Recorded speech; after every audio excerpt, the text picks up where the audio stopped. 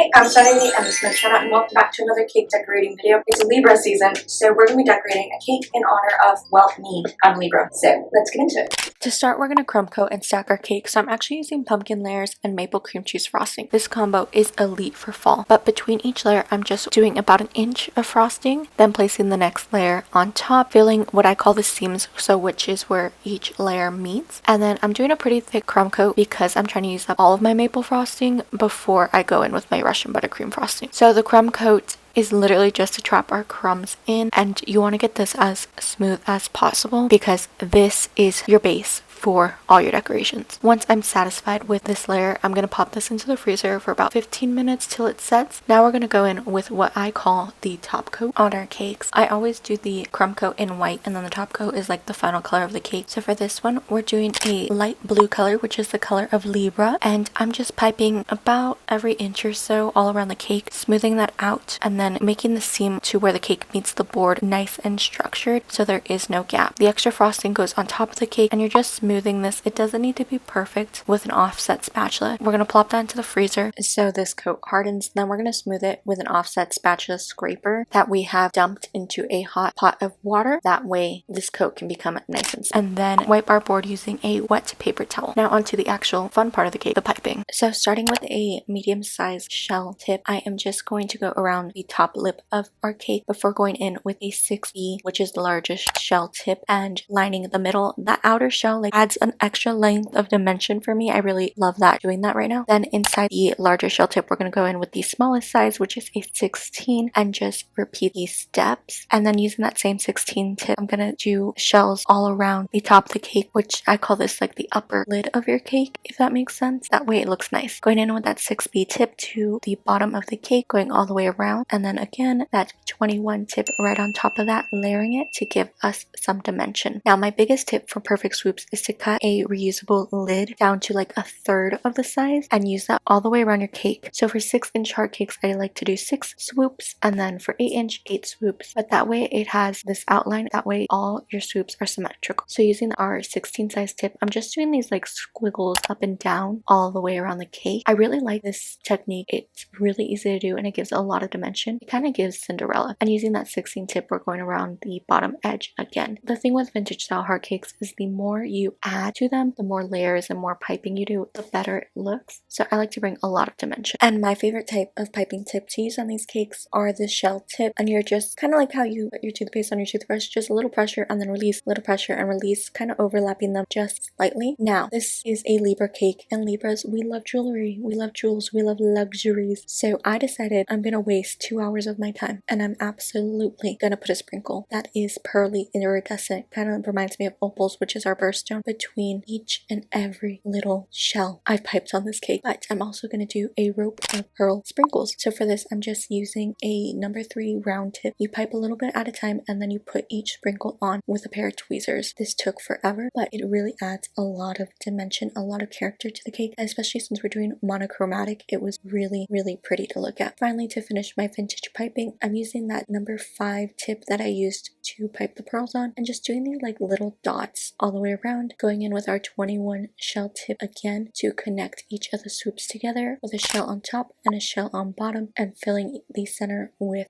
a pearl to bring the whole cake piping together. Finally, it's time to put our message on top, which is Libra season. So I made these chocolates using a chocolate mold. I cannot write on cakes and I don't like fondant, so I'm just placing them on, making sure they're nice and spaced correctly with a pair of tweezers. And once I like the sizing, our cake is complete. And for something so simple, she is so pretty. We only used 4 tips and a lot of sprinkles on this cake, but I adore her. I also think this cake reminds us that you don't need like the most equipment and extensive library. Sometimes it's just 4 tips and how you know how to use them in different ways to garnish something so pretty. And something as simple as a bottle of sprinkles can create something beautiful.